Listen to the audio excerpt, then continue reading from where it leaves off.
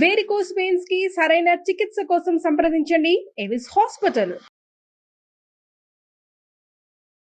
నమస్తే రమ్ గారు. నమస్తే రమ్ గారు, మీరు అడప చిరంజీవి గారివి కొన్ని స్టోరీస్ చెప్పారు, చాలా బాగున్నాయి. ఆయన ఇంకేమన్నా ఉన్నాయా మనం చెప్పుకోదగ్గ? ఉన్నాయి. ఆయన మొత్తం 10 కథలకు పర్మిషన్ ఇచ్చారు. అవి కాకుండా 3 క్రైమ్ నావెల్స్ పంపించారు. క్రైమ్ హారర్ చెప్పడం కొంచెం కష్టం అని నేను బాగా చెప్పలేను. బాగుంటుంది రమ్ గారు, ఎప్పుడు చెప్పలేదు మీరు. బాగుంటుంది కానీ ఆలోచిస్తున్నాను అనమాట. గాలి బంగ్లా ఒకటి చెప్పమన్నారు, కొంచెం పంపించి చాలా రోజులైంది. అవునా? కానీ ఇంకా దాని మీద ధైర్యం లేదు. నేను అంత టెంపో మెయింటైన్ చేయగలనో లేదో అని నాకు డౌట్ అన్నమాట. స్టోరీలో మీరు దేనికి ఆలోచించక్కర్లా, ఏ రసమైనా పండించగలరు. చూడాలి, ఒకటి తప్ప మనం చెప్పుకోకూడదు, చెప్పేస్తాను. అయితే ఇందులో నుంచి క్లాసిక్ బుక్స్ వాళ్ళు ప్రింట్ చేసిన వజ్రాల దీవి, ఇందులో నుంచి రవ్వల మేడ, అంతే. ఇగో రవ్వల మేడ కథ చెప్దాం. కాదు, వజ్రాల దీవి కూడా చెప్దాం. వజ్రాల దీవి అనే బుక్ లో రవ్వల మేడ స్టోరీనా? ఇందులో 5 ఉన్నాయి. ఈ వజ్రాల దీవి కూడా ఉంది, అది వచ్చే వారం చెప్దాము. రైట్. ఇవాళకి రవ్వల మేడ చెప్పుకుందాం. మనం బ్రీఫ్ గానే చేస్తున్నాం, ఎందుకంటే ఈ పుస్తకం కొనిపించి చదివించాలని నా కోరిక. బ్రీఫ్ చేస్తున్నా, కథ అంతా ఎలాబరేట్ గా నేను చదివిందంతా మీకు చెప్తే ఇంకా మీరు కొనుక్కోరు పుస్తకం. అందుకని పుస్తకాలు కొనుక్కోండి. రేపు బుక్ ఫెయిర్ వస్తుంది హైదరాబాద్ లో. అడపా చిరంజీవి గారి 2 పుస్తకాలు ఉన్నాయి, చక్కగా కొనుక్కొని చదువుకోండి. ఇందులో వజ్రాల దీవుల నుంచి రవ్వల మేడ చెప్దాం. రైట్. పూర్వం మరాళ దేశానికి ప్రతాపరుద్రుడని ఒక రాజుగారు ఉండేవారు. ఆయన భార్య పేరు కాంతిమతి. చాలా కాలం సంతానం కలక వాళ్ళు ఎన్నో పూజలు పునస్కారాలు చేశాక వాళ్ళకు ఒక బంగారు కొండ లాంటి చూడచక్కని వాడైన కుమారుడు కలిగాడు, వల్లభసింహుడు అబ్బాయి పేరు. అయితే వల్లభసింహుడికి చక్కగా చదువు చెప్పించారు. మంచి స్ఫురద్రూపి, యుద్ధ విద్యలు శాస్త్ర విద్య కూడా బాగా పకడ్బందీగా చెప్పించారు. చక్కటి వాడు, అన్నీ నేర్చుకున్నాడు అబ్బాయి. అయితే ఈ మంత్రి గారి అబ్బాయి, పెద్ద మంత్రి గారి అబ్బాయి జయంతుడు ఈ వల్లభసింహుడికి స్నేహితుడు కూడా. ఇంకొద్ది రోజుల్లో వీళ్ళు పట్టాభిషేకం కూడా చేయబోతారు. గురుపదేశాలన్నీ అయినాయి అబ్బాయికి, గురుకులంలో విద్యలన్నీ అయిపోయినాయి. మంచి నవయువకుడుగా ఉన్నాడు. ఇతనికి ఏదైనా దేశాల్లో తిరగాలని కోరిక. మనం గురువుగారులు అందరూ కూడా మనకేం చెప్పారు, లోకజ్ఞానం అంటే మనం ఇంట్లో కూర్చుని లోక జ్ఞానం కాదు, దేశాటన చేయాలి, ప్రపంచం చూసి రావాలి, ఆ తర్వాతే పట్టాభిషేకం అని అతని ఉద్దేశం. అయితే అమ్మా నాన్న ఇట్లా కంటి ముందు నుంచి పిల్లాడు అవతలకి వెళ్ళినా భరించలేని వాళ్ళు, లేక కలిగాడు కాబట్టి వాళ్ళు ఒప్పుకోరేమో అని ఇతను జయంతుడు అన్నాడు. కానీ వల్లభసింహుడు అమ్మా నాన్నని ఒప్పించడానికి పూనుకున్నాడు.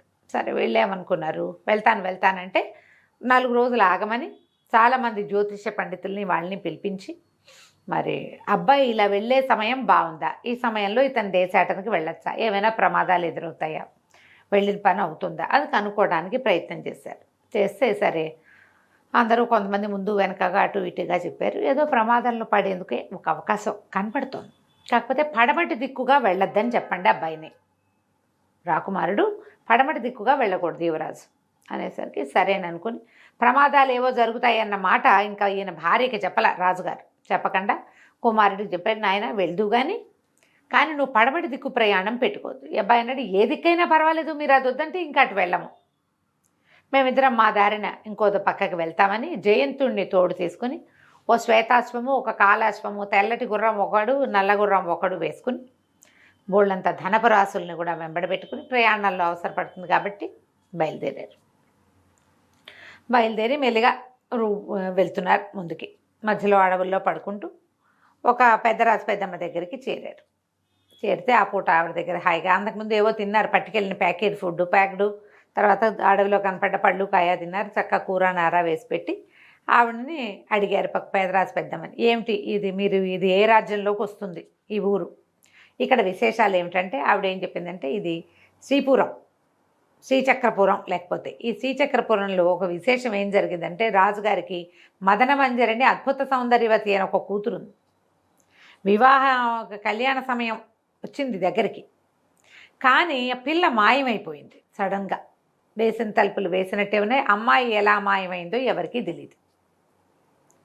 పిల్లని ఎవరో ఎత్తుకుపోయారు, అంతేగా అనుకుంటారు. దాంతో ఈ అమ్మాయిని వెతికి పట్టుకునే వాళ్ళకి అర్ధరాజ్యం ఇస్తామని, పిల్లనిచ్చి పెళ్లి చేస్తామని ప్రకటించారు. రాజుగారు ఆ పిల్ల కోసం దుఃఖపడుతూ ఉన్నాడు. అది నాయనా మా రాజ్యం పరిస్థితి, మీరు ఇక్కడ నుంచి బయలుదేరి వెళ్తే 1 రోజు 2 రోజులు ప్రయాణం చేస్తే మీరు శ్రీచక్రపురానికి వెళ్ళిపోతారు అని చెప్పింది. అయితే అక్కడికి వెళ్ళటానికి వీళ్ళు బయలుదేరాక ఆ అవ్వకేదో 4 రూపాయలు ఇచ్చారు, డబ్బులు ఉన్నాయిగా వీళ్ళ దగ్గర. అటు బయలుదేరుతుంటే అక్కడ చెప్పారు మధ్యలో దోపిడీ దొంగలు ఉంటారు, ఈ దారి చిన్నదే, దోపిడీ దొంగలతో జాగ్రత్తగా ఉండాలంటే ఏం చేస్తారో చూద్దామని వీళ్ళిద్దరు అటే వెళ్ళారు. అటే వెళ్తే అక్కడ దోపిడీ దొంగలు ఎదురుపడ్డారు. ఇది సమరసింహుడు, మన వల్లభసింహుడు చాలా గట్టిగా యుద్ధ విద్యలు నేర్చుకున్నవాడేగా, బాగా చితకొట్టేశాడు వాళ్ళని, దొంగలందరూ. అప్పుడు ఏం చెప్పాడంటే, మీరు ఇంత హఠాకటాగా శుభ్రంగా ఉన్నారు, ఒళ్ళొంచి పని చేసుకోకూడదా, వ్యాపారం చేసుకోవచ్చునే, ఒళ్ళొంచి పని చేసుకోవచ్చు, ఇట్లా ఇతరుల సంపద కొల్లగొట్టడం పాపము, దీని వల్ల మీ ప్రాణాలు కూడా పోతాయి, చనిపోవాల్సిందే ఎప్పుడైనా, ఇదేంటి దుర్మరణం పాలవ్వాల్సిన అవసరం ఏముంది అని వీళ్ళని మీరు ఒట్టేయండి, ఇంకా వదిలిపెట్టమని బతిమలాడారు వాళ్ళు. సావచిత కొట్టేసేసరికి వదిలేస్తాను కానీ మీరు ఇంకా దొంగతనాలు చేయకూడదని వాళ్ళతోటి ఒట్టేయించాడు. మా తాలూకు మన నాయకుడి మీద ఒట్టేస్తున్నాం, మేము ఇంకా దొంగతనాలు చేయమన్నాడు. బూరయ్య ఒకటి పేరు, అప్పుడున్న ఆ దొంగల్లో ఉన్న నాయకుడి పేరు. వీళ్ళకి అసలు నాయకుడు ఒకడున్నాడు, సమరబాహు వాడి పేరు. మరి ఆ నాయకుడేడి అని అడిగితే, మా నాయకుడు మా రాజుగారి అమ్మాయిని వెతికి పట్టుకుని అమ్మాయిని పెళ్లి చేసుకుంటానని అమ్మాయిని వెతకడానికి పోయాడు, చాన్నాళ్ళు అయింది, ఇప్పటిదాకా రాలా, వాడు ఎక్కడికి పోయాడు. సరే మీకు ఎక్కడైనా కనపడితే మా నాయకుడి మీద ఒట్టేసి మేము దొంగతనాలు మానేసామని చెప్పండి, వాడు ఏదైనా దొంగతనం చేస్తే పుసుకుని పోతాడు, మరి వాడి మీద కదా ఒట్టేశారు అని చెప్పి ఈ దొంగల ముఠా అంతా చేసి దొంగతనం చేసిన డబ్బులని చుట్టుపక్కల ఊళ్ళల్లో పంచిపెట్టేసి వ్యాపారం చేసుకోవడానికి పోయారు. వీళ్ళు ఇక్కడ నిజానికి దొంగల దగ్గర తగిలితే గట్టి దెబ్బలే తగలాల్సింది రాజకుమారుడికి ఫ్రెండ్కి, కానీ తగలలేదు. వీళ్ళు శ్రీచక్రపురంలో ప్రవేశించారు. ప్రవేశిస్తే రాజభట్లు రాజుగారు రమ్మంటున్నారని తీసుకుపోయారు. ఆ ఊళ్ళోకి వచ్చిన ప్రతి కొత్త మనిషిని రాజుగారి దగ్గరికి తీసుకెళ్తారు. వీళ్ళు రాజకుమారుడు లెక్క కనపడుతున్నాడు టీవీగా, రెండోవాడు కొంచెం చబ్బిగా ఉన్నాడు, తెలివిగా ఉన్నాడు.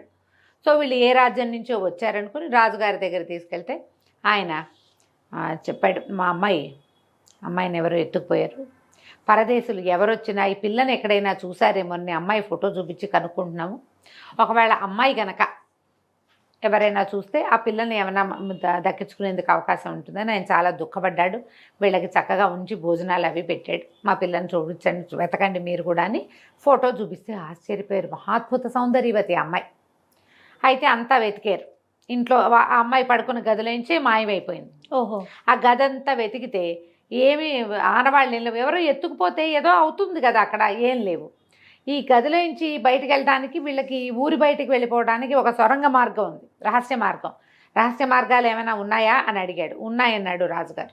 ఆ మార్గంలో ఏమైనా గుర్తులు కనపడతాయేమో వెతకండి అంటే ఏమీ దొరకలేదు. అయితే మంచం పక్కన ఒక చిన్న దంత పెట్టు, ఆ పెట్టు ఊరికే తెరిచి చూస్తే అందులో బంగారు మువ్వల పట్టీలు ఉన్నాయి. ఈ పట్టీలు మా అమ్మాయికి చాలా ప్రీతిపాత్రమైనవని చెప్పాడు ఆయన. సరే ఈ పట్టీలు ఇవ్వండి, మీ అమ్మాయిని నేను వెతికి పెడతాను అని చెప్పి ఒక చిన్న నకలు, అమ్మాయి ఫోటో ఉందిగా అక్కడ, రాసి ఇవ్వమంటే ఒక చిన్న ఉత్తరంలాగా మడిచి ఉండేలాంటి కాగితం మీద 2 రోజులు ఉండండి, చిత్రకారుని పిలిపించి నకలు వేయిస్తానని ఫోటో చక్కగా వేయించి ఇచ్చారు. ఆ ఫోటో ఆ అమ్మాయి మువ్వల పట్టీలున్న ఆ దంత పెట్ట పుచ్చుకొని వీళ్ళు మళ్ళీ బయలుదేరారు. ఈసారి అనంతగిరి అనే ఒక రాజ్యంలోకి వెళ్ళారు. ఆ ఊళ్ళోకి వెళ్ళారు, సిటీలోకి వెళ్ళేసరికి రాజభట్లు పట్టేశారు. రాజుగారి దగ్గర చూడాల్సిందని బలవంతంగా ఈడుచుకొచ్చారు. రాజుగారు ముద్దుగా మాట్లాడాడు. ఇదేమిటి అని ఆశ్చర్యపోయారు వీళ్ళు. ఆశ్చర్యపోతే ఆయన ఏమన్నాడంటే, రమ్మంటే రావట్లేదని ఇలా బలవంతం చేయాల్సి వచ్చింది. ఆయన 4 మాసాల క్రితం మా అబ్బాయి సూర్యవర్మ దేశాటన చేస్తానని వెళ్ళాడు, రాలా. ఏదో వాడు పెద్ద దేశం కాదు, పక్క దేశానికే వాడు వెళ్ళింది. అతని తాలూకు ఏ కబురు లేదు. అతనితో వెళ్ళిన వాళ్ళు ఎవ్వరూ మాకు వెనక్కి రాలేదు. మా అబ్బాయి ఎక్కడున్నాడో తెలియటం లేదు. ఈ అబ్బాయిని ఎక్కడైనా చూసారా అని ఒక ఫోటో చూపించారు వాళ్ళు కూడా. ఆ అబ్బాయిది కూడా చిన్న పటం గీయించుకున్నారు, గుర్తుపట్టడానికి వీలుగా గీయించుకొని బయలుదేరారు. ఈ బయలుదేరితే వీళ్ళకి ఏం డౌటు, ఇప్పుడు రాజకుమార్తె మదనమంజరి తనంతట తనే వెళ్ళిందేమోనన్న అనుమానం ఉంది వల్లభసింహుడికి. ఈ అబ్బాయి మగపిల్లవాడు కదా, ఆడపిల్లలు వెళ్ళటం వేరు, మగపిల్లలు వెళ్ళటం వేరు, ఆ కాలమే వేరు. సరే అదేమిటో తెలుసుకోవాలంటే ప్రయాణం చేయాలి, ముందుకి ప్రయాణం చేసి వెళ్తే కానీ మనకి ఏమీ తెలీదు.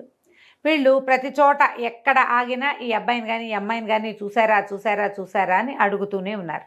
ఆ అమ్మాయిని చూసిన వాళ్ళు ఎవ్వరూ లేరు, ఈ అబ్బాయిని చూసిన వాళ్ళు ఉన్నారు. ఆ మధ్య ఇటు వచ్చాడు ఈ అబ్బాయి అని చెప్తున్నారు. ఇప్పుడు అమ్మాయిని ఎవరైనా మాయం చేసి ఉండాలి, లేదా ఆ అమ్మాయి ఏదైనా వేషం మార్చుకుని ఉండొచ్చు. ఓహో. ఇప్పుడు ఆడపిల్లని ఒక అందగత్తె గుర్రం మీద ఎక్కొచ్చినా గుర్తుపడతారు. మగపిల్లాడినే జ్ఞాపకం పెట్టుకుని 3 నెలల క్రితం వచ్చాడు అని చెప్పినప్పుడు ఆడబిడ్డని ఎందుకు చెప్పరు? చెప్తారంటే ఆ అమ్మాయి అది అయి ఉండాలి, వేషం మార్చుకుని ఉండొచ్చు, లేదా ఏ రాక్షసుడో ఏ మాంత్రికుడో అట్లాగైనా అయి ఉండొచ్చు. ఈ ప్రతి ఊర్లోనూ ఈ అమ్మాయిని అబ్బాయిని ఎంక్వైరీ చేస్తూనే ఉన్నారు. కొన్ని చోట సత్రాలు ఉన్న చోట సత్రాల్లో ఉన్నారు. వీళ్ళ దగ్గర డబ్బు ఎలాగో ఉంది. సరే, భుజంగపురం అని ఒక ఊరు చేరారు. చేరితే ఇక్కడ ఏదైనా బస దొరుకుతుందా అంటే ఒక రాజుగారు నిర్మించింది ఒక సత్రం ఉంది, వెళ్ళమన్నారు. అది ఎట్లా ఉందంటే ఒక అర్ధచంద్రాకారంగా ఉన్న సత్రం. అది బయట ఒక సావెడిలాగా ఉంది. ఆ అర్ధచంద్రాకారంలో గదులు ఉన్నాయి. చాలామంది తిండికి అవకాశం లేని వాళ్ళు రాజుగారు ఫ్రీ భోజనం పెడతారు. రూములు తీసుకుని ఉండేవాళ్ళు కూడా ఉన్నారు. అక్కడికి వీళ్ళు వెళ్ళారనమాట. వెళ్ళినప్పుడు సరే, ఈ ప్రతి చోట ప్రతి ఊళ్ళో వీళ్ళ ఉద్దేశం ఏమిటి? వింతలు విడ్డూరాలు విశేషాలు ఏమున్నాయో తెలుసుకోవటం, దేశకాలమాన పరిస్థితులు అర్థం చేసుకోవటం. సరే, అక్కడికి వెళ్ళేసరికల్లా వాళ్ళు ఎన్నాళ్ళు ఉంటారు ఏమిటి అని కనుక్కున్నారు. తెలీదు, ఇక్కడ ఉండే వింతలను బట్టి ఉంటాం. చాలా వింతలు ఉంటే ఎక్కువ రోజులు ఉంటాం. ఆ వింత ఏమిటి? ఇక్కడ విడ్డూరమే ఉంది, కాకపోతే మీరు దాని జోలికి వెళ్ళొద్దని చెప్పాడు సత్రం ఆయన. ఆ గుమాస్తాలు ఎవరో ఉంటారుగా, ఇది మేనేజరు. అదేమిటి అంటే ఇక్కడ ఒక రవ్వల మేడను ఉంది, మీరు ఊరంతా తిరగచ్చు, తిరిగి చూడొచ్చు. ఇట్లాంటి సత్రాలు 2-3 ఉన్నాయి. చాలామంది పెద్దవాళ్ళు సత్రాలు ఆశ్రయించుకుని ఉంటారు. రవ్వల మేడ అని ఉంటుంది, దాని జోలికి వెళ్ళకండి అని చెప్పారు. మరి వెళ్ళొద్దు అంటే వెళ్ళాలి వీళ్ళు. సరే, ఏం చేశారు వీళ్ళు? ఇక్కడ భోజనం చేసి కాస్త విశ్రాంతి తీసుకుని ఊరు తిరగడానికి గుర్రాల మీద బయలుదేరారు. అక్కడ ఒక పెద్ద బ్రహ్మాండమైన కోట. ఇది కోట మేడ అని ఆశ్చర్యపోయారు. రాజుగారిది కాదు, రాజకోట వేరే ఉంది. దీని పేరు రవ్వల మేడ. దాని బయట రాయబడి ఉంది. సుబుద్ధి అనే ఒక మంత్రి గారు రాశారు. చిత్రలేఖ అనేటువంటి ఈ రవ్వల మేడకు అధిపతి అయిన ఒకానొక సౌందర్యవతి, ఆమెని ఎవరైనా జయించవచ్చు. ఏదైనా ప్రయత్నం, ప్రతి రోజు పోటీలు జరుగుతాయి అక్కడ. ఎవరైతే పోటీలో గెలుపొందుతారో వారిని ఆమె వివాహం చేసుకుంటుంది. సాహసవంతులు ఎవరైనా రావచ్చు. ఓడిన వాడు దాసుడుగా ఇక్కడే ఉండిపోవాలి. ఓకే. బయట గోడ మీద కొన్ని ఫోటోలు వేళ్లాడగట్టి ఉన్నాయి. కొంతమంది పేర్లు కూడా ఉన్నాయి. వీళ్ళు అప్పుడు చూశారు. అందులో ఒకడు సూర్యవర్మ, అనంతగిరి యువరాజు. ఇంకొకడు దొంగల నాయకుడైన సమరబాహు, వాడు కూడా అక్కడే ఉన్నాడు. ఇంకా కొన్ని పేర్లు ఉన్నాయి. ఓ 10 మంది పేర్లు, వాళ్ళ ఫోటోలు. వీళ్ళు సూర్యవర్మని గుర్తుపట్టారు, ఈ అబ్బాయిని, ఈ సమరబాహుని గుర్తుపట్టారు. ఏమిటి ఇక్కడ సంగతి సందర్భం అని కనుక్కోవటానికి మళ్ళీ వెళ్ళి అక్కడ వెళ్దామనుకున్నారు. అయితే ఈవిడ ఎదురుగుండా ఆ రవ్వల మేడ సౌందర్యం ఎంత అద్భుతంగా ఉందంటే, అది మేడ కాదు, అది కోటలాగా ఉంది. వజ్రాలు పొదిగిన గోడలవి, అందుకే రవ్వల మేడ అని పేరు. ఎంత సౌందర్యవంతంగా ఉందో. కొంతమంది ఊరికే ఆ పరమ సౌందర్య రాసి అయినటువంటి చిత్రలేఖను చూడడానికి వచ్చేవాళ్ళు కూడా ఉన్నారు. చూసి వెనక్కి వెళ్ళిపోయేవాళ్ళు. పోటీలో పాల్గొని ఆమెకి దాసులైపోయిన వాళ్ళు. ఆ దగ్గర పిచ్చి ఎన్ని రకాల పనులు చేయిస్తారు. రాజకుమారుడైనా గడ్డి పీకాల్సిందే, వంట చేయాల్సిందే, అక్కడ గాడిదలైనా కాయాలి. పోటీలో పాల్గొని ఓడిపోయారా, అంతే కదా. అవి 3 పోటీలు. మొదట విద్య, జ్ఞానం, తర్వాత యుద్ధ విద్యలు, 3వది తెలివితేటలు. ఇవి ప్రదర్శన. అసలు 3వ దానికి చేరేవాడే ఎవడు ఉండడు. ఒక దాంట్లో ఓడిపోయేవాళ్ళు కొంతమంది దాసులు, 2వ దాంట్లో కూడా వచ్చి ఓడిపోయేవాళ్ళు ఇంకొంతమంది, 2 గెలిచి 3వ దాంట్లో దొరికిపోయేవాళ్ళు ఇంకొంతమంది. అసలు 3వ దాని పోటీ చాలా తక్కువ జరిగింది అక్కడ. ఈ ఇంత సౌందర్య రాశి ఇది అనేసరికల్లా ఏదో ఉంది ఇందులోనే అనిపిస్తోంది వీళ్ళకి.